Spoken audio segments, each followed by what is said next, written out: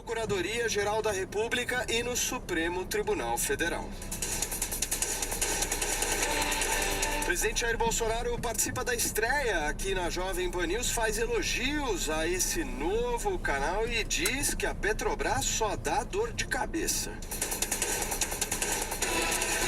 E o nosso time também vai analisar como é que está o cenário para 2022. O atual cenário para as eleições de 2022 é tema de debate aqui no 3 em 1. Mas antes da gente começar o nosso programa, a gente conta muito com a sua participação por aqui. A gente quer ver o que você pensa, quer saber a sua opinião. Manda um vídeo pra gente de até 30 segundos na horizontal pro WhatsApp da Jovem Pan, que é 119 31 17 0620. Vou repetir aqui com calma pra você anotar e mandar o seu vídeo na horizontal de até 30 segundos pra gente, 119 31 17 0620. E hoje a pergunta do dia é a seguinte: a CPI da Covid-19 terminou os seus trabalhos, já formatou o seu relatório, foi entregue esse relatório à Procuradoria-Geral da República e agora eu quero saber de você, minha excelência. Esse relatório será arquivado? Sim, não e por quê? Manda o seu vídeo que a gente está te esperando. E olha, uma outra forma de você participar do nosso programa também pelo site da Jovem Pan. Se você acessar agora o www.jp.com.br, você vai ter a disponibilidade aí de uma enquete para você ir lá e votar sim ou não, esse relatório da CPI vai ser arquivado pela PGR. Comenta, participa do nosso programa. E vocês estão por aí no Twitter querendo participar e comentar tudo que nós vamos debater nesta quarta-feira. Utiliza a hashtag 3 em 1 e manda a sua opinião pra gente, sempre muito bem-vinda. Produção, 5 horas e 4 minutos. O 3 em 1 desta quarta-feira, o primeiro na televisão, tá no ar. 3 em 1.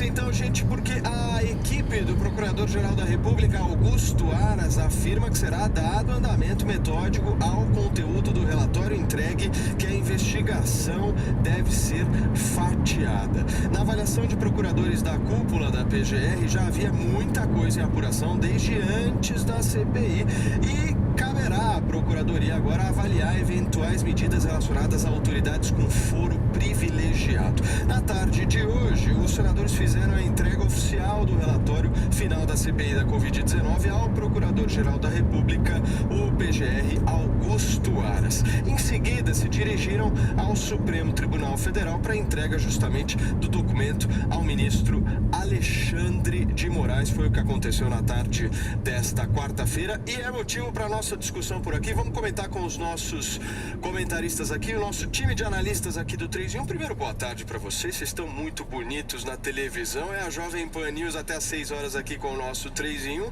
E nós vamos falar agora com o nosso Constantino. Consta, começou então essa história toda hoje. Eles fizeram lá a entrega formal ao Senado, fizeram a entrega formal à PGR. Como é que você vê, como é que você viu na realidade todos esses episódios aí de hoje? Fatos políticos ou algo que retrata a realidade?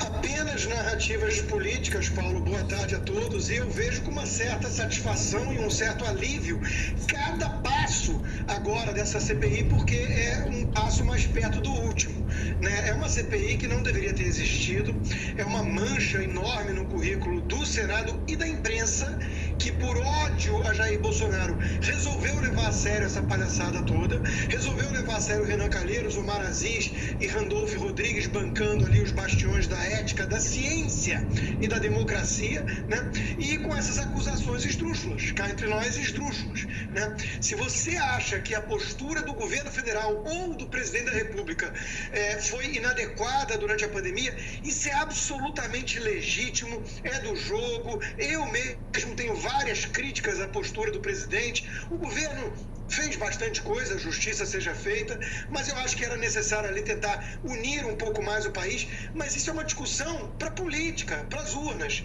A CPI tem poderes policiais, tem poderes de quebra de sigilo, de convocar, intimar, e trataram da forma que trataram. Então, a marca dessa CPI é a inversão. Impostores sendo tratados como a voz da ciência e desqualificando gente séria, corruptos, parasitas do Estado, tratando como criminosos empresários pelo crime de apoiar um tratamento, enxergar virtudes no governo ou concordar com o presidente em alguma coisa. Então, é uma ótima notícia que essa CPI esteja chegando ao fim, que entregue esse relatório patético logo de uma vez, e a PGR, por uma questão até de liturgia do cargo, né, dizer que vai olhar, já está olhando muita coisa com atenção, talvez vá fatiar, e quem sabe aí sai uma multa ao presidente Jair Bolsonaro por não ter usado máscara numa padaria, porque afinal de contas, sendo muito honesto aqui, né, esse é o único crime que ele cometeu nessa pandemia.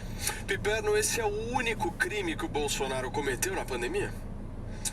Olha, Paulo, eu temo que se a única punição for realmente uma multa a ele, então isso vai dar em nada, porque, aliás, ele já foi multado lá pelo fiscal do IBAMA e a única consequência disso foi o rapaz ter sido transferido e sumido do mapa. Mas eu quero dizer o seguinte, o PGR hoje, o senhor Augusto Aras, né, recebeu o relatório, diz que essa CPI já produziu resultados, temos denúncias, ações penais, autoridades afastadas, o que é verdade, e muitas investigações em andamento. E agora, com essas novas informações, poderemos, então, avançar nas apurações em relação a autoridades com prerrogativa do foro. Então, é óbvio que é muito fácil dizer que esse relatório não vai mais dar em nada, mas a verdade é que ele já está dando, até porque já tem inquéritos aí instaurados contra Precisa, né? Essas empresas estranhas, Davat, que apareceu, sabe-se lá da onde, com aquela coisa maluca aí de 400 milhões de doses de vacinas, enfim, o reverendo que foi lá e pediu desculpa, a própria VTC-Log, o contrato da Covaxin. Então, já apareceu muita coisa que já, inclusive, suscitou uma série de investigações já iniciadas. Se isso vai ter consequência, se isso vai ter alguém punido ou não, a gente ainda não sabe. Afinal de contas, ninguém aqui é mãe de nada. Mas, de qualquer forma também, é importante a gente agora observar qual vai ser a reação e a atitude de Augusto Aras, visto sempre pela oposição, com alguma suspeição, acusado de ser excessivamente próximo ao presidente, mas o fato é que ele está em segundo mandato. A partir de agora, é possível que ele resolva aí, ter aí ímpetos de maior autoafirmação a partir do momento em que ele chegar à conclusão de que também não vai ter nenhuma possibilidade de ser indicado aí no curto prazo para o STF. Então vamos aguardar. A bola está com ele. E aí, Serrão, você acha que essa história toda será arquivada mesmo pela PGR? Não, saudações meus amigos e amados haters, saudações em especial a todos que nos assistem nessa novíssima TV Jovem Pan News. Vamos arrebentar se Deus quiser, contamos com a sua audiência qualificada. Já que temos no Brasil uma CPI desqualificada. Não vai dar em nada? Mentira, dará sim. Essa CPI levantou alguns pontos ali que merecem ser até investigados. O que não vai dar em nada é o objetivo principal desta CPI, que era derrubar o presidente Jair Bolsonaro. Quanto a isso, não vai acontecer. A tendência, repito, é que a Procuradoria-Geral da República considere improcedentes quase todas as acusações feitas até de maneira leviana contra o presidente da República. Isso aí é quase que pule de 10. Então, esquece esse papel da CPI. Mas a Procuradoria-Geral da República, a gente tem sempre dito aqui, de maneira quase catequética, tem aí 77 investigações pesadas contra governadores e prefeitos que têm que ser investigadas com todo rigor. E já começaram lá atrás. Então, elas são prioritárias, elas vêm antes dessa CPI, desse seu relatório espalhafatoso. Então, essas aí receberão prioridade e vão ter efeitos em breve. Alguns já começaram, mas é muito provável uma intensificação dessa jogada mais firme da PGR sobre os delinquentes do Covidão. Isso aí é pule de 10 também. Agora, em relação ao presidente Bolsonaro, pode ficar tranquilo. Quanto a isso, essa CPI não serviu para nada, apenas para bagunçar o cenário político, gastar dinheiro à toa e fazer perder o tempo político do brasileiro, que deveria ter sido investido em outras coisas muito mais importantes. O foco agora é recuperar a economia brasileira. Mas, graças a Deus, o Brasil está evoluindo, o O governo do presidente Bolsonaro está investindo aí 2 trilhões em infraestrutura. Hoje tivemos o leilão 5G. 16 empresas estão capacitadas para oferecer concorrência, dar ao brasileiro uma internet que funcione de verdade, com qualidade. Enfim, as coisas vão melhorar. Bruna, eu vi alguns jornalistas hoje dizendo que esta CPI salvou vidas. Você concorda com isso? Não, eu discordo, Paulo, porque na verdade houveram muitos erros ao longo dessa gestão do Covid, por governadores, por prefeitos, muitas confusões também pela União. Por quê? Porque é uma doença completamente nova e até que as pessoas entendessem quais seriam as medidas adequadas, demorou-se um tempo, né? A partir do momento em que pelo menos o Ministério da Saúde acertou ali as pontas, as atitudes foram tomadas. Mas no que diz respeito aí a todas as medidas sanitárias que ficaram a cargo de prefeitos e governadores, eu não sei se o povo brasileiro vai esquecer tão cedo. A gente tem parte da população que gostou, que se sentiu segura, né, tendo porta fechada, sendo proibido até de chegar em casa, dependendo da cidade onde você morava, mas muita gente se sentiu afrontada pela perda das liberdades individuais. Então, na verdade, o que a gente teve ao longo da gestão foram uma série de abusos sobre os quais ninguém fala mais. O foco da CPI foi simplesmente colecionar os ditos inoportunos do presidente da República para desgastar a sua imagem. E isso é muito ruim, porque aconteceu muita coisa errada no Covidão. Foi interessantíssimo isso que o Serrão acabou de dizer. O legado do governo Jair Bolsonaro, o grande legado, sem sombra de dúvida, vai ser a infraestrutura. Agora, qual é o legado que deixa a CPI? A CPI realmente apurou tudo o que aconteceu de errado durante a gestão, com as verbas federais que escorreram aí para os cofres públicos em 2020, que foi um ano eleitoral. O que aconteceu é que aquele dinheiro serviu para muita campanha, mas serviu mesmo para o enfrentamento da pandemia? Não. Quantas pessoas não tiveram complicações por causa desse mau uso do recurso público? Essa é a pergunta que os senadores deveriam ter se feito ao longo da CPI e eles não se fizeram esta pergunta. Então, esse ponto é indesculpável. Piperno me pedindo a palavra. Não, Paulo, veja, a gente mora em um país que hoje chegou à marca de 605 mil mortos, né? Ontem, né?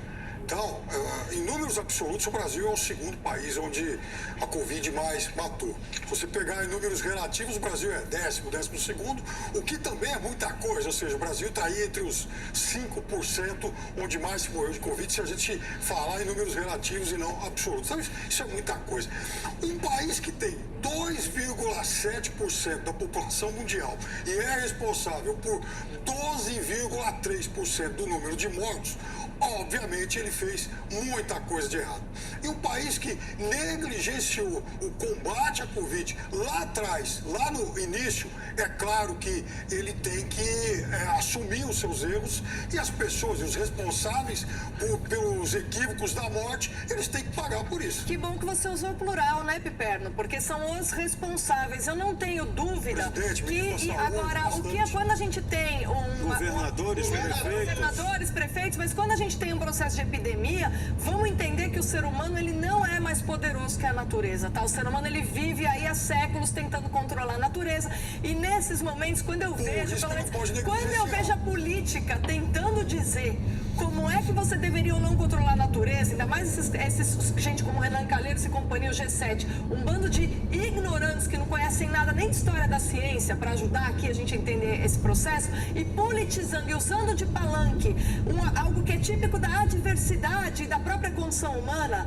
Quando a gente vê isso, a gente vê por que a política é a sala do inferno, porque se esquece o que é condição humana, se esquece o que é natureza para fazer palquinho pré-eleitoral. E, né? Vários integrantes dessa comissão, desse G7, fazendo parte de esquemas de corrupção contra que área? A saúde. Então, é grave isso. Piperno, em seguida, o Constantino. Não, e quando você vê o mundo todo empenhado, por exemplo, em vacinar, em descobrir vacinas, em comprar vacinas, aqui, por exemplo, você vê o presidente com caixinha de cloroquina fazendo, enfim, propaganda o presidente de que comprou vacina. O presidente e comprou distribuiu vacina depois. pro estado do Renan Calheiros. Por exemplo, distribuiu lá. obrigação dele. Querendo Obrigação dele. obrigação, claro. Obrigação do Esse é o governo fato. comprar. Cumpriu Porque ou é o não a seguinte, obrigação? quem comprou vacina Cumpriu. primeiro foi... Quem foi atrás de vacina foi o governo de São Paulo. Foi o Butantan, a vacina chinesa do Dória, que eu não vou comprar. Como O disse- Dória... O Ministério da não Ciência tem e nada. Tecnologia, o Ministério da Ciência e Tecnologia abriu estudos sérios para cuidar, apurar como é possível. Vamos organizar o vacina negócio contra o aqui. Covid. Constantino, é a sua vez agora. Meus caros, não entrem em pânico. Olha, vamos mostrar aqui, vamos expor aqui o que o Piperno está fazendo, uma narrativa partidária, eleitoral, né? Os governadores e os prefeitos tiveram autonomia concedida pelo STF. O estado de São Paulo, por exemplo, tem mais mortes do que a média em relação à sua população. Aí vão alegar que é o quê? Populoso? Pode ser, né? Aí a gente vai olhar o seguinte, o Brasil teve a variante Delta antes dos outros países. Quando tivemos um surto de novos casos, levando a internação e a óbito em países como Estados Unidos, Israel ou Inglaterra, já muito vacinados, né? Os mesmos jornalistas colocaram isso na conta das variantes. Não, veja, não dá para comparar com 2020. Tem uma variante, não seja desonesto. A variante que estava antes no Brasil, antes inclusive das vacinas. O Brasil é o quarto país que mais vacinou no mundo. Culpar apenas o governo, o presidente, é absurdo. Usar número absoluto é desonestidade. E mesmo em número relativo, e fingindo que a Argentina não existe, porque eu sei que isso incomoda, cada morte é uma tragédia. Cada morte é uma tragédia, ainda mais para os seus familiares e parentes. Mas as 600 mil mortes que a turma enche a boca para falar, né? E vai esquecer na hora de defender o carnaval que os governadores e prefeitos querem, né? Porque é tudo muito hipócrita. As 600 mil mortes em quase 2 anos de pandemia dão 0,28% da população de 210 milhões de habitantes. Dividido por 2, isso dá 0,14% ao ano. Né? É muita gente morrendo, é mais do que morre 1.400.000 pessoas por ano no Brasil de diversas doenças, de homicídio, de acidente de trânsito e por aí vai. Eu só estou tentando trazer com a frieza que a estatística tem, né, um pouquinho da dimensão, porque talvez se dissesse assim, olha, vai morrer 0,14% de pessoas por ano numa pandemia que é a pior da história. E por conta disso, nós vamos parar tudo, jogar milhões para a miséria, né?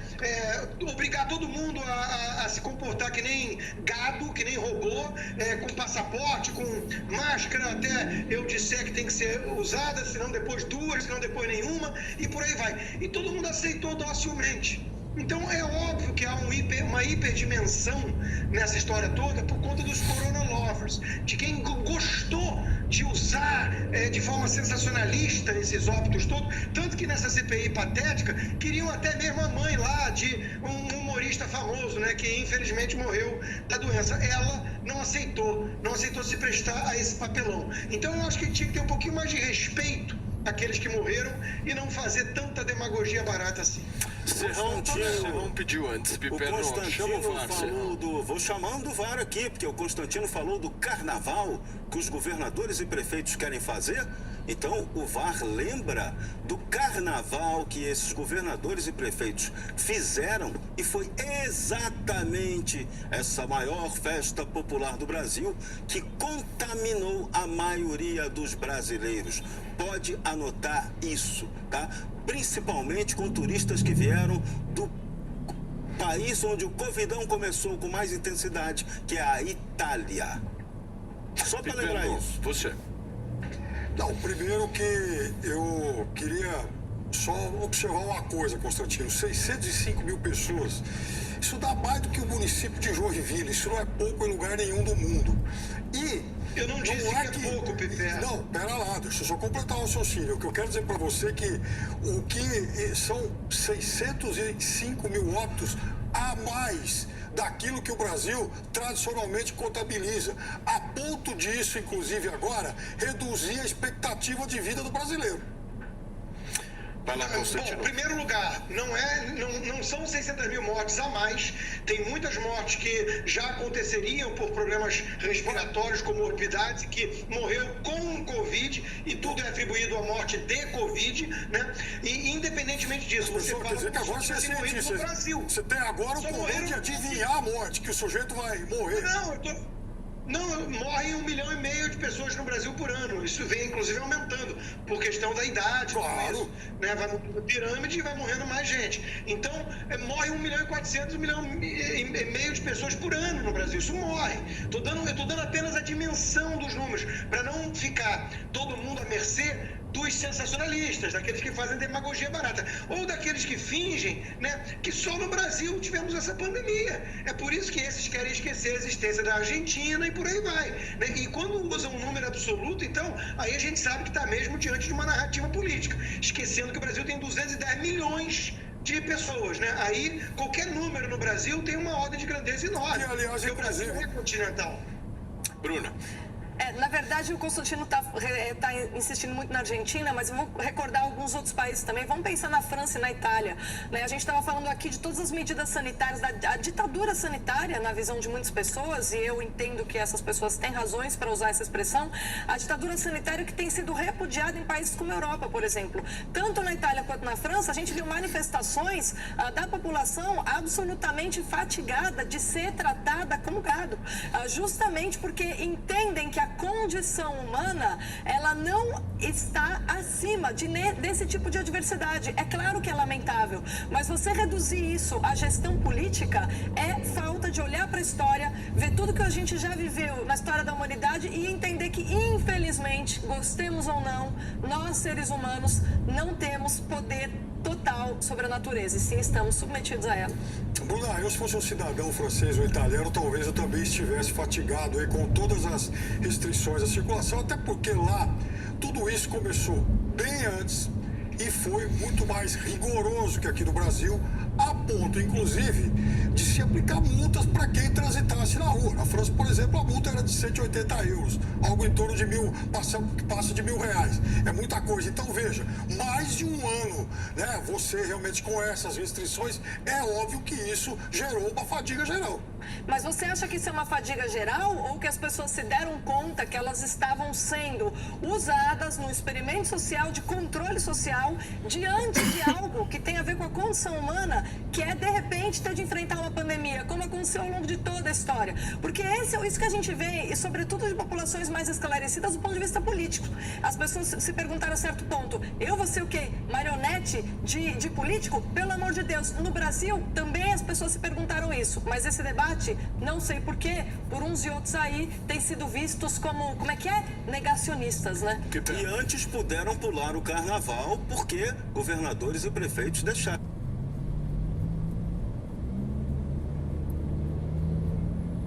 Tem que lembrar, principalmente aqui em São Paulo e Rio de Janeiro. Então tem que ir Salvador.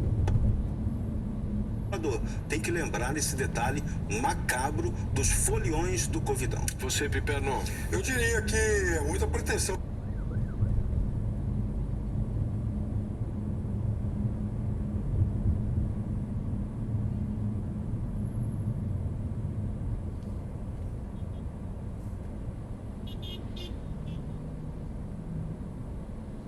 A gente achar que essas pessoas, elas tinham, de fato, grande rejeição a essas restrições lá no início, porque era uma questão de preservar a vida e era também um momento em que não havia vacina. Agora, é claro que tudo isso foi flexibilizado, e onde não se flexibilizou a partir da vacinação, da universalização da vacina, é óbvio que as populações, elas agora se manifestam contra isso. Muito bem, são 5h25. Nós vamos para um rápido intervalo comercial aqui no nosso 3 em 1. É muito rápido, na volta tem mais debates e discussões por aqui. Fica aí. 3 em 1.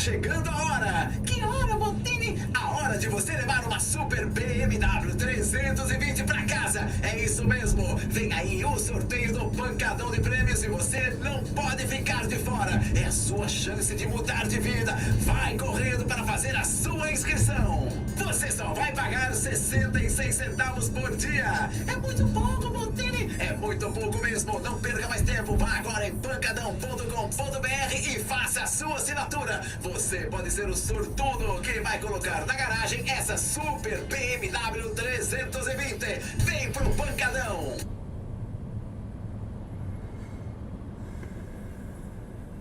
Que participam hoje da estreia do canal Jovem Pan News, nós tivemos a presença virtual no Jornal da Manhã do presidente da República, Jair Bolsonaro. A princípio, ele fez uma saudação ao novo canal de notícias. Vamos ouvir.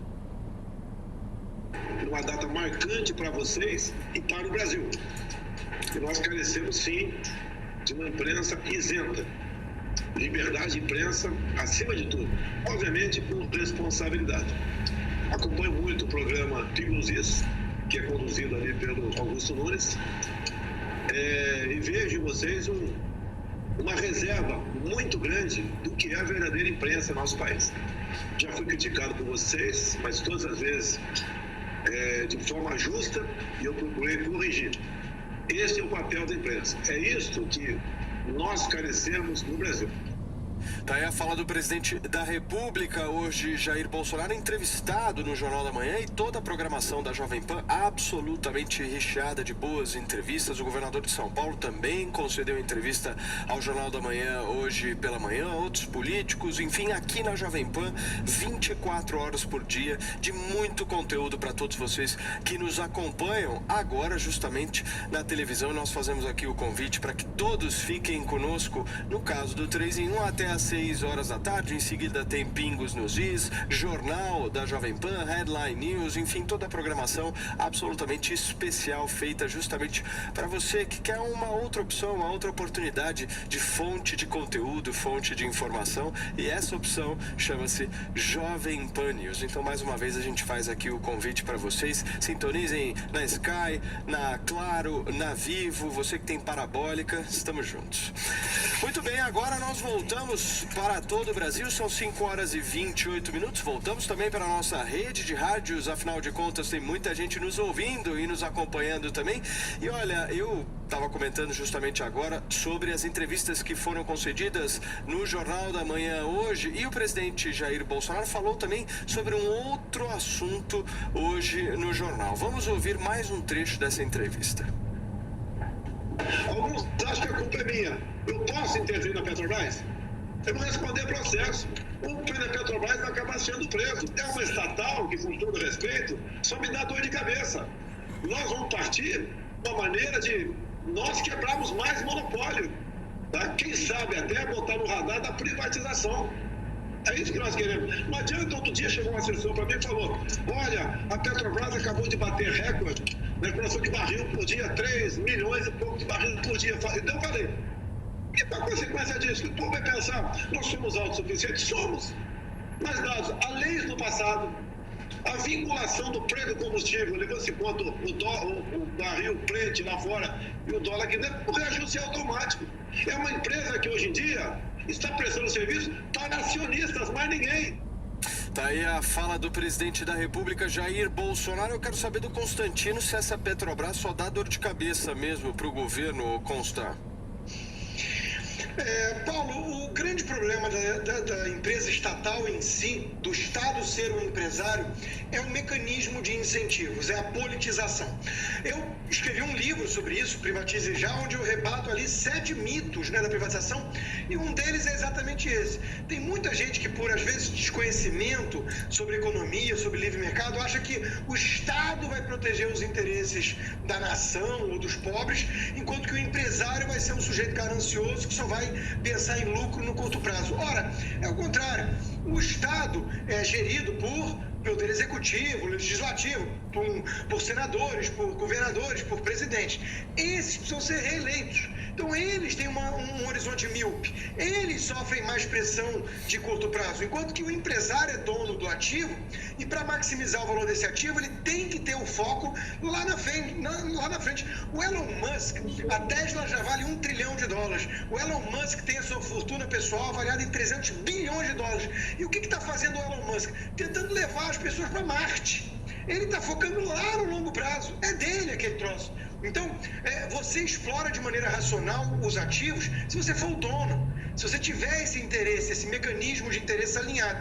O governo, sendo dono de uma estatal ou tendo o golden share, tendo o controle majoritário, né, ele vai sofrer pressão de todos os lados, pressão política, de caminhoneiro, de grupos de interesse, de artistas que sentem muita falta da Petrobras irrigando seus cofres, né, e por aí vai. Então, a privatização é o único caminho, sim, para livrar o governo dessa pressão. O presidente está certo nisso e vai na direção correta, porque quando a gente olha para o lado e vê a Argentina, que o Piperno acha que não existe mais, o Peru, agora sob o comando também de um marxista, né, a gente vê eles indo à contramão, querendo estatizar, nacionalizar as empresas. Isso é o caminho da desgraça. Então, o Brasil não tem nada que ter a Petrobras. Nos Estados Unidos não tem Petro USA.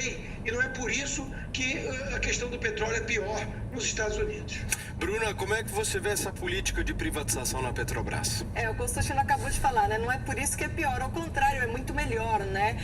Como eu já disse aqui anteriormente nesse programa, caso o governo conseguisse avançar ao máximo essa discussão sobre a privatização da Petrobras, estaria se protegendo o Brasil de uma nova possível onda de assalto ao erário via Petrobras, de uma nova maneira de você instrumentalizar aquilo que pertence à esfera econômica para corresponder a interesses políticos, e especialmente projetos de poder, que foi o que aconteceu com o Petrolão, enquanto o PT esteve no poder. Então, esse é um jogo muito perigoso. Isso que é o que o Constantino acabou de falar. Você tem essas esferas da economia e da política, elas são distintas. Evidentemente, a política é aquela que se ocupa do bem comum. Não tem como você resolver assuntos de justiça, por exemplo, por meio da economia. Agora, a partir do momento que a política se apropria da economia para ampliar o seu poder, aí a gente entra num jogo perigoso. Quando as pessoas esquecem o que é política fascista. O que é modelo fascista? O modelo fascista é justamente um Estado autoritário que se vincula a grandes atores econômicos para, por meio dessa aliança com monopolistas, eles alcançarem o máximo possível de controle sobre toda uma sociedade. Então, esse modelo é sempre muito perigoso, tá? E nesse sentido, avançar, assim, com muito bons olhos eu recebo essa expressão, assim, um pouco mais simplificada do presidente. A Petrobras me dá dor de cabeça. Eu fico feliz de ouvir isso, porque se ele dissesse que a Petrobras era maravilhosa para ele, eu poderia desconfiar que ele tivesse a intenção ali de fazer o mesmo uso que fez Lula, Dilma, etc. Usar como fonte de financiamento de um projeto de poder. Felizmente, Bolsonaro quer se livrar, entre muitas aspas, aí, do peso que essas pressões associadas à Petrobras trazem para a esfera política. Agora, Serrão, o presidente da República também disse nessa entrevista que a Petrobras, do jeito que está hoje, só presta serviço a seus acionistas. Você concorda com essa afirmação? Em certa parte, sim, até porque o acionista majoritário é a União Federal. É ela quem recebe a maior parte dos dividendos que a Petrobras paga, de maneira artificial ou não. Mas, nesse ponto, ela se dá bem. Agora, qual é o ponto que a gente tem que discutir de verdade? Não dá para ter empresa estatal, não dá para a gente seguir nesse modelo capimunista, em que a empresa estatal, além de não beneficiar o seu interessado final, que é o público brasileiro, o cidadão brasileiro, ela também consegue fazer falcatruas. O que nós assistimos no Petrolão é o padrão. É o quê? É a empresa estatal com um governo corrupto que se juntou a empresários e banqueiros corruptos, a políticos inescrupulosos, para utilizar essa máquina estatal, essa empresa de economia mista, com conexões internacionais, para promover a maior roubalheira